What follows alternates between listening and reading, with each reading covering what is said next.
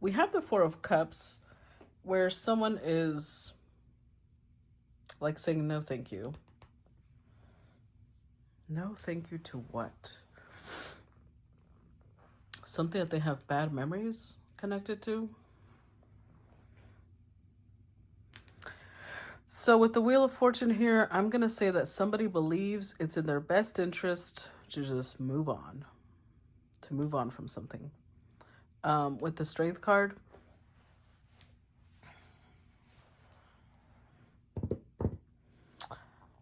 it's not easy. Whatever it is that they're rejecting and moving away from, it's not easy because this might have initially felt like a wish fulfillment. It might have initially made them feel good, but somebody here realized this is not what I want. So they're trying to manifest something different. Let's see. Clarify Wheel of Fortune.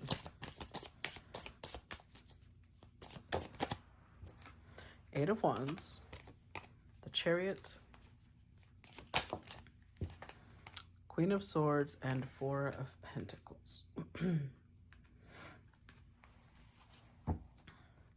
With the Fool card. Three of Pentacles, Three of Swords. So we have a Queen of Swords here. Could be dealing with a Knight of Pentacles. Doesn't have to be. We also have Cancerian energy with the Chariot. By the way, we have Wheel of Fortune is Jupiter, Sagittarius energy. Strength card is Leo. Magician is Gemini, Virgo. Fool card is Aries or Aquarius. This Queen of Swords is okay. Okay, this is making sense. For somebody to move on and leave something in the past, even if they are still drawn to that person or that job or whatever it is, it does take the energy of being in abundance to be able to do that. Because you have to trust that this won't be the last person. Sorry. This won't be the last person you meet that you'll feel this connection with. So this Queen of Swords is being brave and courageous and saying, this is something I'm starting to have sour memories about this. And instead of holding on to something that is clearly not for me, I'm moving on. I'm moving forward. They might have the hawk, or I don't know if there's a hawk. It looks like a hawk. This hawk is making me think of, they might have received messages, synchronicities that showed them divine timing was at play in their love life or in their career, whatever it is that they're moving away from. And they're saying, just stay strong. This isn't the one. And this person is choosing to listen. They're choosing to listen because they believe that they live in the flow of abundance. And when you live in the flow of abundance, you're not afraid of moving on. It's people who are not in the flow of abundance who are afraid of moving on. Now, explain why. Because this is like if you go to a restaurant and you say, I want a poached lobster tail, and I want specific, like melted butter, and I want the seasoning like this, and they'll tell you, well, we're a burger joint. We don't sell lobster tails. You could do two things. One of two things. Either one, you choose to stay and eat what they've got, even if that's not what you wanted. It wasn't what you're in the mood for, and you're eating it because you want food, but not because it's what you wanted. Or two, you say, thank you, I appreciate that. You walk out, you go find what you actually wanted. Depends on how you view things. This Queen of Swords is choosing to say, there's plenty of restaurants. If this doesn't have what I want, I'll go find it where it is. People who live in the flow of, people who don't live in the flow of abundance, they'll stay where they're at, even if it's not really what they wanted. Clarify strength. So someone is setting themselves free. Ace of Wands. Justice. And the Lovers.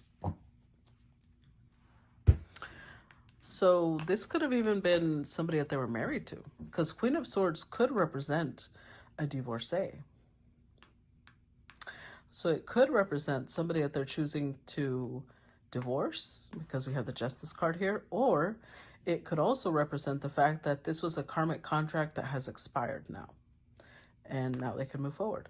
But they're choosing to move forward, not like a punishment, not like a, oh my God, the universe is forcing me to let go. No, this is somebody who's excited. They're excited about the future. They're looking forward to it, because if the universe has repeatedly shown this person, when I tell you to go down a different path, it's because I have something better for you. So this person trusts. They trust the universe. They live in the flow of abundance. And they're excited. They're excited because they realize whoever this person was that they were with, the fact that they have sour memories now and they're saying no thank you. Once upon a time, the 4 and the 6 was the 10 of cups, but they realized, yeah, this is either a false twin flame or a someone who only had the appearance of being my wish fulfillment. And that means that my true counterpart is out there, and I'm gonna wait for that person. I'm gonna wait for the real deal. Clarify 9 of Cups. 6 of Wands. Clarify the 9 of Cups. The Wheel of Fortune. And the Princess of Wands. With the 8 of Cups, yeah. So I feel like initially, when this connection was first started, this person felt like, oh my God, this is a wish come true. This is something I'm really proud of. I'm really excited. This is my destiny. It's the Wheel of Fortune. They were very fiery about this connection, infatuated. But they're dealing with a partner here. And so we've got the High Priestess. We've got the High Priestess here, which tells me that they knew.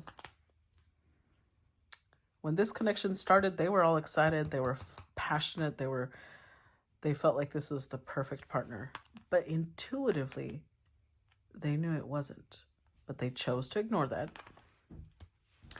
until they might have started off with the 10, then they went to the 9, then they went to the 8. The emotional connection started diminishing until they realized that either one, they realized that they were with someone who detaches emotionally very constantly, or 2,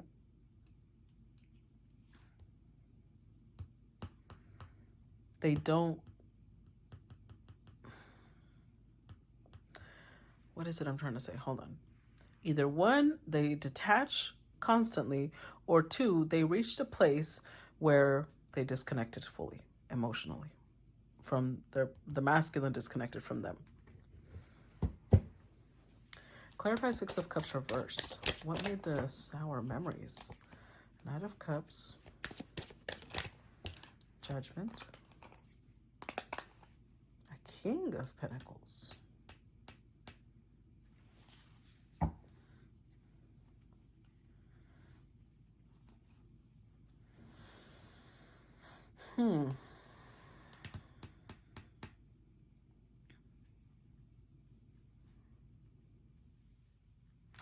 So the sour memories are here, but this is really weird because it's a King of Pentacles, which is someone who is very devoted. Okay. When we look at this, look at 3 Swords, 3 of Pentacles, and the Fool card, it means that there might have been a moment of impulsivity. And the King of Pentacles might have connected with this Queen of Wands, with this Queen of Swords. But it was not serious. It was done with, rose-colored glasses. It was kind of like a whirlwind romance. And with Judgment card here,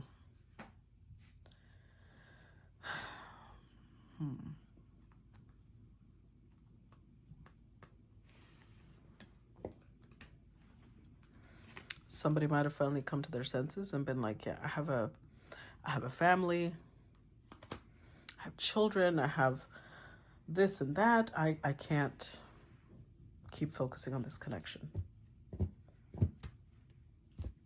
So it left a really, really sour taste in this person's mouth. Clarify the Magician. King of Wands.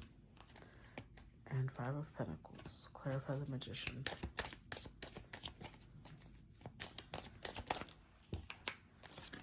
Eight of Pentacles and Three of Pentacles. But then, yeah, Knight of Wands. This is a king because they're showing up as King of Pentacles, King of Wands. But it could be somebody that occasionally switches into night mode, because they're also showing up as two knights. Yeah, I feel like this king has impulsive moments. And when they first met, this feminine, remember, she showed up as a Queen of Wands at some point, felt like she had manifested her perfect counterpart.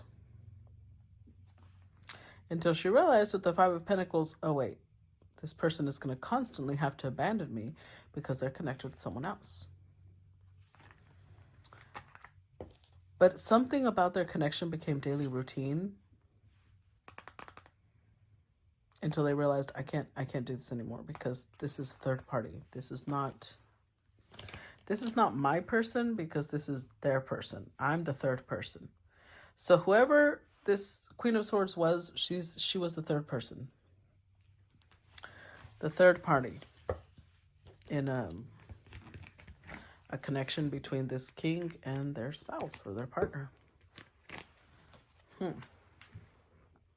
So it might have taken time, but this Queen of Swords is finally in the energy of, I want to release this.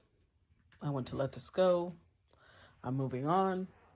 I realized that this was not my divine counterpart. And that's that. Let's see. Next row. So we've got the Eight of Pentacles, the Lovers,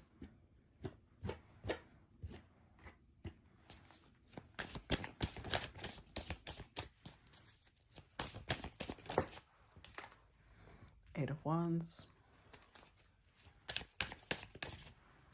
the Emperor,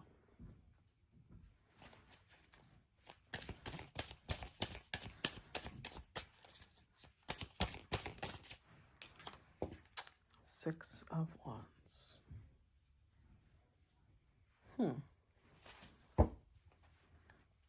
With the Moon.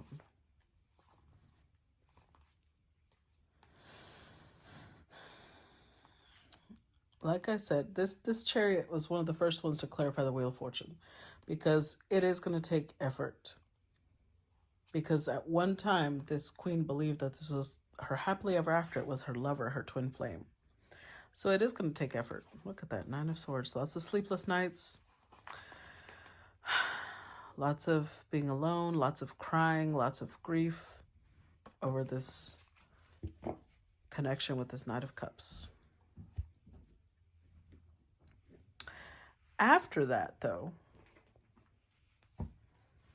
with the Eight of Pentacles, especially because in this Eight of Pentacles, it looks like somebody looking at a film, working on a film. This feminine could use, could be transmuting all of that pain, all of that grief into a story. A story that with time could be seen in the movies, or it could be seen in a book, in an animated series.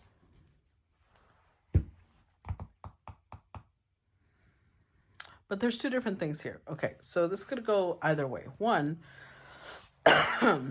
this could turn into a movie where she tells the love story of something, you know, a moment that she shared with this person, and it makes her go viral, it makes her famous. Or two, she keeps working on herself and she meets somebody new.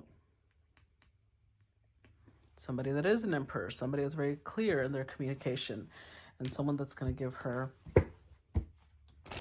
her place, someone that's going to not be playing with her or abandoning her. Let's see. Clarify the Eight of Pentacles.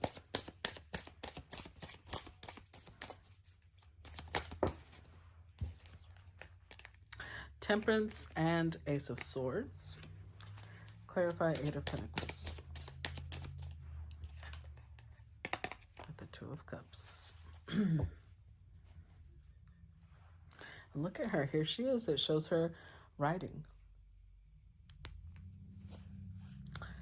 With the Four of Swords, healing. So she may go into hibernation mode because we have the Moon and the Hermit, which are both cards of wanting to be alone, wanting to examine their path, introspect on what happened, how it happened. And I think that to give themselves some clarity, they may start writing it down. And as they write it down, it gives them a lot of healing. It helps them purge a lot of what was inside of them. But it also helps them make peace with the situation. A lot of truth starts coming out. Ace of Swords is a lot of clarity and truth, but it's pointed downwards, so it's not something that she has to go around telling everybody this is personal. But she does do a lot of meditation. So it's the middle ground of knowing that this love was true for her. This love was real for her. Even if it was just a little fling or something for this other person, to her, it felt like the love of her life. So being disappointed also tells you the level of pain she's going to carry.